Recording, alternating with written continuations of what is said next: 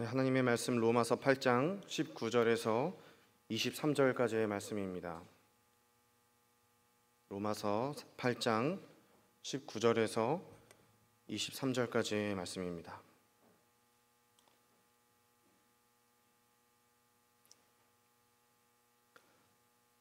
네, 저희 한 절씩 교독하도록 하겠습니다. 제가 먼저 읽겠습니다.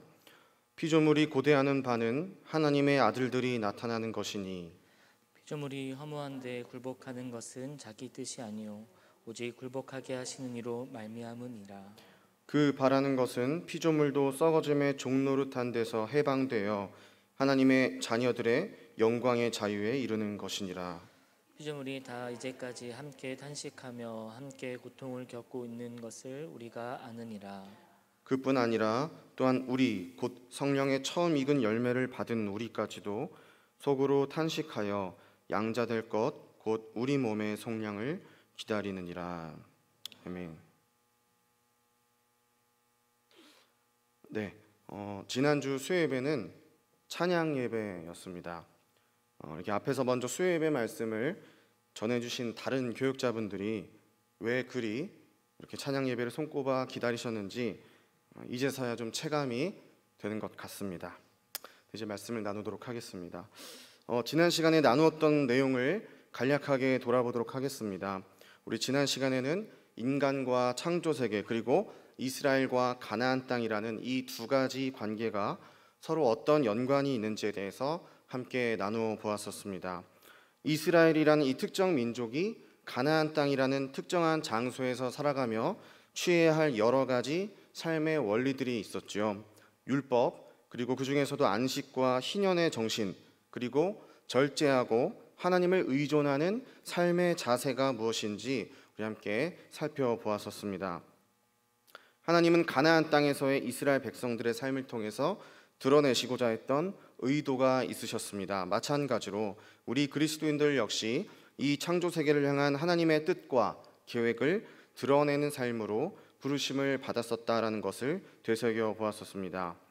이웃과 창조 세계 안식과 보존을 위해 우리 안에 있는 끝없는 탐욕, 소비주의, 편리주의와 맞서 절제와 안식의 가치를 실현해 나가며 살아가자는 그런 말씀을 지난 시간에 나누었었습니다. 오늘은 우리가 함께 이어서 나눌 주제는 성경의 여러 기자들이 창조세계에 깨어진 상태, 즉 이 창조세계가 고통 속에 신음하고 있는 이 상태에 대해서 어떻게 묘사하고 있는지, 그리고 그러한 창조세계를 하나님께서 어떠한 시선으로 바라보고 계시는지, 그리고 이에 대한 우리 그리스도인들의 마땅한 반응은 어떠해야 하는지에 대해서 말씀을 나누어 보려고 합니다. 유치원에 다니고 있는 제 첫째 아들이 요새 자주 사용하는 말이 있습니다. 그렇게 하면 지구가 아파 라는 말입니다. 유치원에서 요새 환경 문제에 대한 교육을 굉장히 많이 하고 있구나, 강조하고 있구나라는 생각이 들었습니다. 이렇게 동네를 다니다가 길가에 쓰레기가 있는 것을 보면은 이렇게 꼭 한마디를 합니다. 누가 여기다가 이 쓰레기를 버렸어? 라고 버럭 화를 냅니다. 심지어는 저에게 아빠 차는 어떤 연료를 쓰냐며 이렇게 묻더니 제가 디젤을 쓴다고 하니 왜 매연이 많이 나오는 차를 타냐고 잔소리를 하기까지 합니다. 자기가 전기차를 사줄 것도 아니면서 말이죠. 데이브 부클리스라는 영국 성공의 목사님이 쓴 나의 지구를 부탁해라는 책이 있습니다.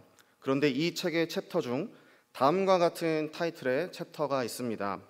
노 환경 꼰대, 예스 창조세계 지킴이라는 타이틀입니다. 누가 이렇게 쓰레기를 버린 거야? 그렇게 하면 지구가 아파 라고 말하며 환경을 걱정하는 아들의 모습이 대견하고 귀엽기도 했지만 한편으로는 이 창조세계에 대한 올바른 성경적 이해와 접근이 필요하겠다라는 생각이 들었습니다. 창조세계의 위기와 이 현실에 대한 이야기를 나누다 보면 자칫하면 나의 잘못, 내가 고쳐야 할 그런 부분들을 발견하기보다는 우리가 살아가는 이 사회의 어떤 구조적인 문제점, 그리고 다른 특정 지역이나 특정 그룹에서 잘못하고 있는 부분들에 대해서 정죄하려 하는 마음이 움트기 십상입니다. 여하간 아이가 말한 것처럼 이 지구가 이 창조 세계가 아파하고 있다라는 것만큼은 분명한 사실인 듯 합니다. 이 창조 세계 돌봄, 이 책의 저자는 이 책의 끝자락에서 이 세계가 처한 위기에 대해서 여러 분야별로 데이터들을 제시하고 있습니다. 생물 다양성의 소실, 산림의 소실, 해양과 토지의 오염, 그리고 농업의 위기, 인구 폭발의 문제, 기후 위기 등 여러 분야의 위기에 대한 논문들과 자료집들을 통해서 현재 우리가 주목해야만 하는 그런 현실적인 문제들을 소개하고 있습니다. 이 중에서 몇 가지를 좀 언급해 보려고 합니다. 먼저 생물 다양성 소실에 대한 문제입니다. 조지 데이비 틸먼이라는 생태학자가 있는데 이분은 이 우주상에 존재하는 수많은 별들 중에서 이 지구의 특징을 다음과 같이 말하고 있습니다. 지구의 가장 인상적인 특징은 그 안에 생명체들이 존재한다는 것이며 그 생명체들에게서 가장 눈에 띄는 특징은 바로 그들의 다양성이다. 창조기사와 여러 성경 본문에서 하나님은 이 세상 속에 다양한 생명체를 창조하시고 그것들을 바라보시며 기뻐하시는 분으로 묘사되고 있습니다. 그리고 인간 역시 이렇게 형형색색 다양한 생명체들이 살아 숨쉬는 이 창조 세계를 바라보며 하나님의 솜씨를 찬양하고 그분의 지혜를 노래합니다. 우리 시편 104편 24절 말씀을 함께 읽어보도록 하겠습니다.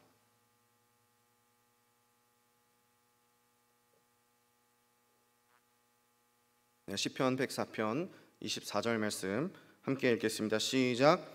여호와여, 주께서 하신 일이 어찌 그리 많은지요. 주께서 지혜로 그들을 다 지으셨으니 주께서 지으신 것들이 땅에 가득하니이다. 아멘. 이렇게 성경뿐만 아니라 생태학자들 역시 수많은 연구들을 통해서 이 세상의 생물의 다양성이 유지될 때 각 지역에 있는 그 생태계의 자원과 생산성이 증대될 뿐만 아니라 안정적인 지구 환경을 유지시키는 데 큰 도움이 된다는 사실을 주장합니다. 이러한 신학적, 과학적 근거들을 우리가 고려한다면 엄청난 속도와 규모로 소실되고 있는 이 생물의 다양성 문제에 대해서 우리의 무관심했던 과거를 반성할 필요가 있어 보입니다. 생태학자들의 연구에 따르면 현재 생태계 안에서 어떠한 종이 자연스럽게 멸종하는 경우보다 우리 인간과 관련된 이유로 멸종하는 경우가 더 많아졌다라고 합니다. 세계 야생동물 기금에서 2014년에 제시한 보고서에 따르면 1970년에서 2010년 사이 전 세계에 분포하는 야생 동물들 그리고 어류와 조류를 포함한 모든 동물들의 총 개체수가 약 52%가 감소했다라고 주장하고 있습니다. 지금은 이보다 12년이 더 지났으니 더 많은 개체수가 줄어들었을지도 모르겠습니다. 지도를 좀 하나 보실까요? 이 지도는 현재 인간이 이 지구상의 육지와 바다 중에 영향을 미치는 구역과 그리고 인간의 손길이 닿지 않는 야생의 구역을 구분하여서 보여주고 있습니다. 약 100년 전에 인간이 가축을 기르거나 농업을 위해 사용했던 면적은 전체 육지의 약 15% 정도였지만 현재는 전체 육지의 77% 이상이 인간이 사용하거나 영향을 미치는 지역이라고 합니다. 약 23%의 육지만이 인간의 손길이 닿지 않는 야생의 영역인 것입니다. 이처럼 많은 종들이 멸종되고 개체수가 줄어든 가장 큰 원인은 그들이 살아가기 위한 적합한 서식지가 줄어들고 있기 때문이라고 볼 수 있습니다. 지구상에서 인간의 영역이 지나치게 늘어나면서 발생한 문제라고 볼 수 있겠습니다. 그렇다면 바다의 상황은 어떨까요? 우리가 이 광활한 바다를 바라보고 있으면 그 웅장함에 압도당할 때가 있습니다. 그래서 사람들은 종종 이 바닷속에 담긴 자원이 무한할 것이라고 착각하곤 합니다. 하지만 과학자들은 1970년부터 2012년 사이 불과 약 40여 년 사이에 해양 척추동물의 개체수가 절반 이상 감소했다고 추정하고 있습니다. 또 우리 인간들이 식재료로 사용하는 어종 역시 비슷한 수치로 감소되었다고 합니다. 한편 바다의 생명체 중 산호초에 의존하여 그 생명을 유지하는 해양 생물은 전체의 약 4분의 1에 해당합니다. 상당히 많은 개체수가 이 산호초가 없이는 살아갈 수 없다는 뜻입니다. 그런데 바다 중에 있는 이 산호초가 지난 수십 년 사이에 절반 가까이 사라졌다고 합니다.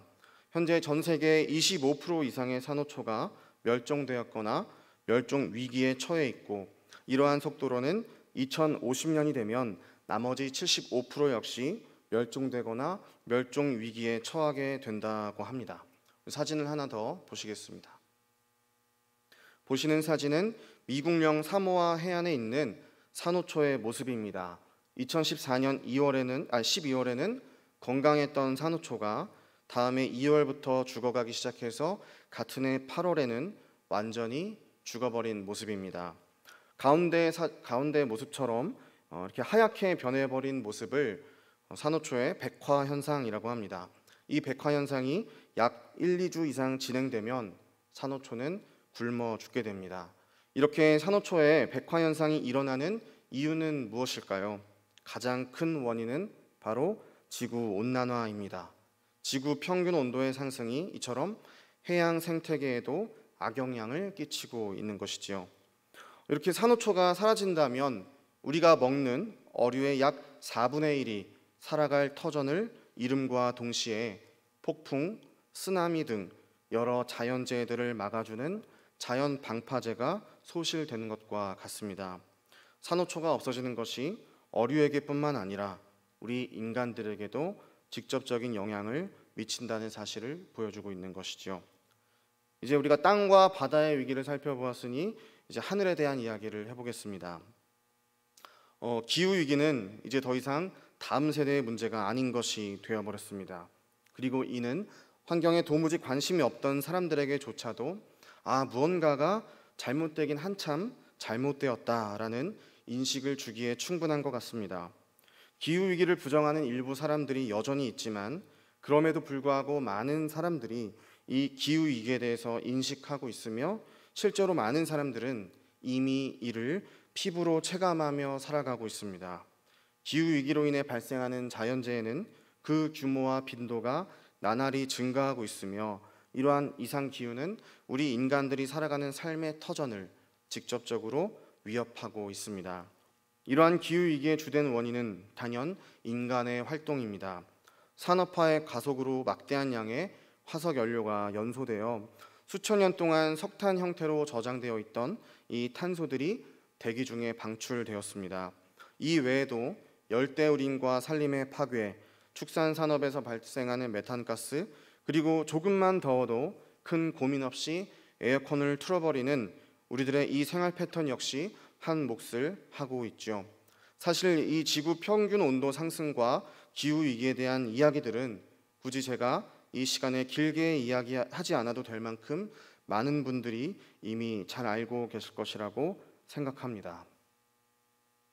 이렇게 땅과 바다와 하늘이 처한 위기에 대해서 아주 간략하게 좀 나누어 보았습니다. 사실 이렇게 땅, 바다, 하늘로 구분하여 살펴보았지만 이는 각각의 개별적인 문제가 아니라 서로 긴밀하게 연결되어 있음을 보게 됩니다. 이는 곧 이 창조세계와 인간 그리고 하나님과의 관계 역시 서로 긴밀하게 연결되어 있다라는 의미도 있는 것입니다. 그렇다면 왜 우리 지구는, 이 창조세계는 이처럼 고통 속에서 신음하게 된 것일까요? 우리 그리스도인들은 이러한 생태 위기를 근본적으로 영적인 위기로 바라볼 필요가 있습니다. 성경은 분명히 하나님과 인간 그리고 이 창조세계가 서로 분리되어 있는 것이 아닌 긴밀한 관계 안에 있음을 말하고 있기 때문이죠. 다시 말해 우리 인간이 하나님과의 관계가 틀어지기 시작한 그 시점부터 이미 모든 관계, 즉 하나님과 나와의 관계, 나와 타자와의 관계, 그리고 나와 이 창조세계와의 관계, 이 모든 관계가 모두 망가졌음을 뜻하고 있습니다. 창세기 3장은 하나님과 관계가 틀어진 이 인간의 죄악이 어떻게 이 창조세계를 저주 아래에 놓이게 했는지를 보여주고 있습니다. 우리 창세기 3장 17절 말씀을 함께 읽겠습니다.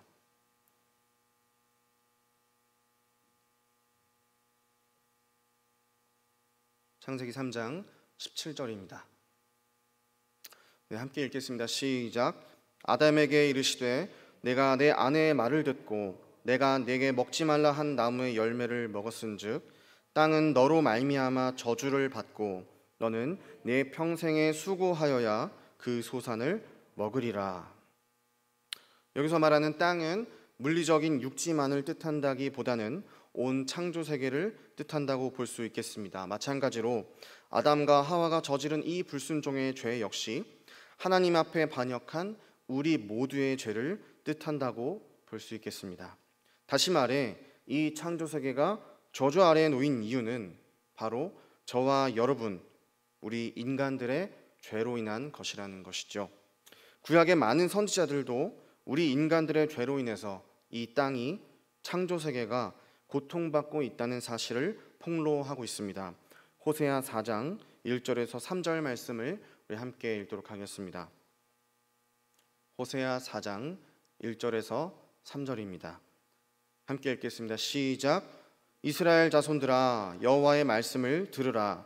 여호와께서 이 땅 주민과 논쟁하시나니 이 땅에는 진실도 없고 인애도 없고 하나님을 아는 지식도 없고 오직 저주와 속임과 살인과 도둑질과 간음뿐이요 포악하여 피가 피를 뒤음이라.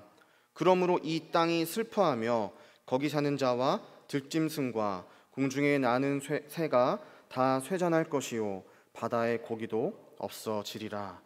이사야 24장 4절에서 5절 말씀을 함께 읽겠습니다. 시작. 땅이 슬퍼하고 쇠잔하며 세계가 쇠약하고 쇠잔하며 세상 백성 중에 높은 자가 쇠약하며 땅이 또한 그 주민 아래서 더럽게 되었으니 이는 그들이 율법을 범하며 율례를 어기며 영원한 언약을 깨뜨렸음이라. 네, 이 말씀들은 모두 이 땅에 존재하는 모든 고통과 문제들이 인간이 범한 죄의 결과라고 설명하고 있습니다. 인간의 죄로 말미암아 모든 창조 세계가 탄식하며 신음하고 있다는 이 구약 선지자의 메시지가 신약에 이르러서는 사도 바울을 통해서 되울리고 있습니다. 오늘 본문 말씀인 로마서 8장 19절에서 23절을 다시 한 번 더 읽어보도록 하겠습니다. 로마서 8장 19절에서 23절입니다. 시작. 피조물이 고대하는 바는 하나님의 아들들이 나타나는 것이니 피조물이 허무한데 굴복하는 것은 자기 뜻이 아니요 오직 굴복하게 하시는 이로 말미암음이라. 그 바라는 것은 피조물도 썩어짐의 종노릇하는 데서 해방되어 하나님의 자녀들의 영광에 자유에 이르는 것이니라. 피조물이 다 이제까지 함께 탄식하며 함께 고통을 겪고 있는 것을 우리가 아느니라. 그뿐 아니라 또한 우리 곧 성령의 처음 익은 열매를 받은 우리까지도 속으로 탄식하여 양자 될 것 곧 우리 몸의 성량을 기다리느니라. 아멘. 이 말씀에서 사도 바울은 인간뿐만 아니라 모든 창조 세계와 피조물이 좌절 아래에 놓여 있지만 더 나은 미래가 있다라는 소망을 제시하고 있습니다. 바울에 따르면 모든 피조물들이 하나님의 자녀들과 같이 썩어짐의 종노릇하는 데서 해방되어 영광의 자유에 이르게 될 것이라 말하고 있습니다. 즉 인간 존재뿐만 아니라 모든 창조 세계가 복음의 소망 가운데 포함되어 있다는 사실입니다. 하지만 동시에 바울은 그 영광의 날이 완성되기 전까지는 우리 인간들과 온 창조 세계가 탄식과 고통 아래에 놓여 있게 됨을 말하고 있습니다. 구약의 선지자들과 마찬가지로 바울의 관점에서도 인간의 죄와 창조 세계가 받는 고통의 연관성이 뚜렷하게 드러나고 있는 것이죠. 특히 구약의 선지자들은 주로 이스라엘의 사회적 불의에 초점을 맞추었습니다. 가난하고 연약한 이웃을 돌보지 않고 타자를 폭력과 착취의 대상으로 전락시키고 하나님의 법도를 멀리하였던 죄악을 그들의 땅이 황폐하게 된 원인으로 지목한 것입니다. 오늘날 우리가 살아가는 이 시대 역시 우리 인간의 탐욕과 창조세계의 고통은 그 연관성이 뚜렷하게 드러나고 있습니다. 우리의 무지와 죄악이 더해질수록 창조세계는 그 생명력과 아름다움이 훼손되고 있음을 보게 됩니다. 그렇다면 하나님은 이처럼 신음하는 창조 세계를 어떻게 바라보고 계실까요? 우리 로마서 8장 22절 그리고 26절을 함께 읽겠습니다. 8장 22절과 26절입니다. 시작.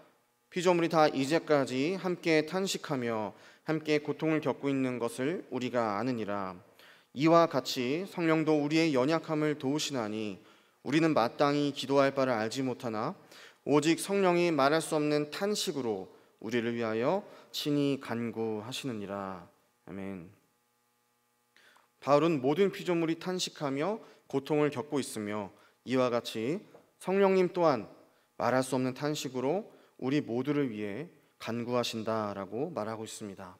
즉 하나님은 우리의 탄식에, 이 창조세계의 탄식에 동참하시는 분이십니다.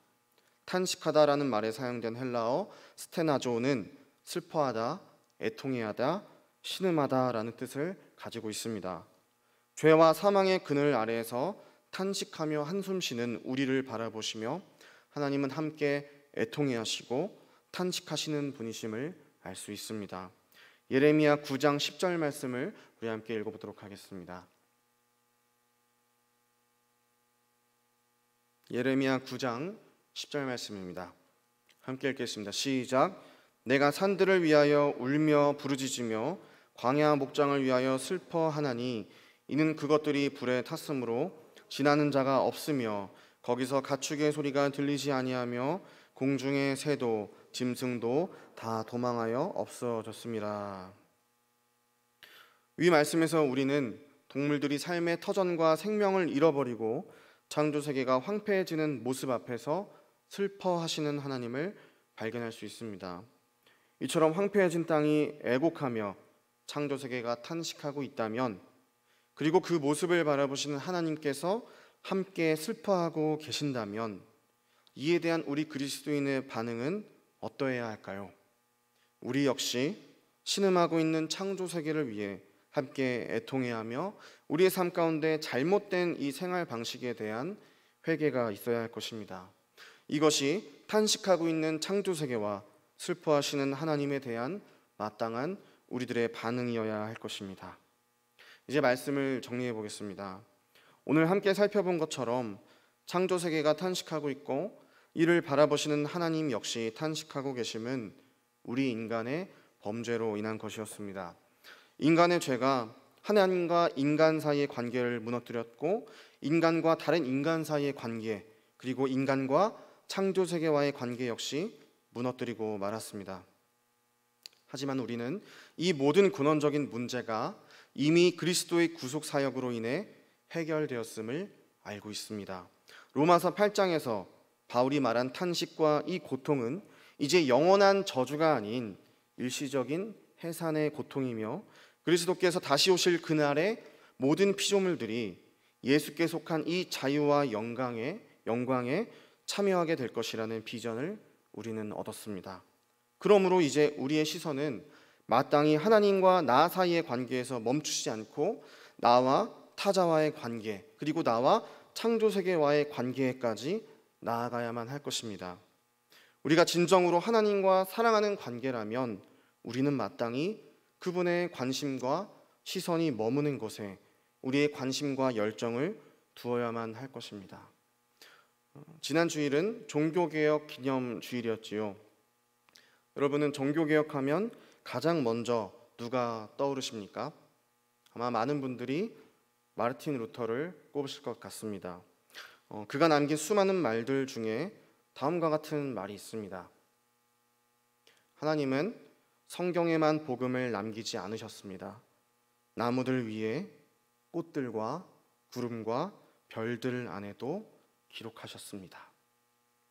그렇습니다. 하나님은 죄와 사망의 그늘 아래 탄식하는 창조세계를 향해 복된 소식을 들려주고 계십니다. 그 복된 소식은 인간뿐만 아니라 그분이 지으신 모든 창조세계가 종국에는 하나님과의 관계가 회복되고 그리고 피조물 서로 간의 관계가 회복되어 그리스도의 영광에 참여하게 될 것이라는 소식입니다. 사랑하는 성도 여러분, 우리의 믿음은, 우리의 신앙은 어디를 향하고 있는지 돌아보길 원합니다. 혹시 나의 신앙이 타자와 창조 세계 운명과는 전혀 상관없이 그저 나 혼자 예수 믿고 천국 가는 나르시스적인 신앙에 매몰되어 있지는 않습니까? 하나님을 진정 사랑하신다면 그분의 관심과 눈물이 있는 곳, 그분의 탄식하는 그곳에서 우리가 함께 탄식해야 할 줄로 믿습니다. 하나님에서 출발한 우리의 이 시선이 부디 이웃과 우리가 살아가는 창조 세계로 이어질 수 있게 되기를 간절히 소망합니다. 이제 기도하도록 하겠습니다.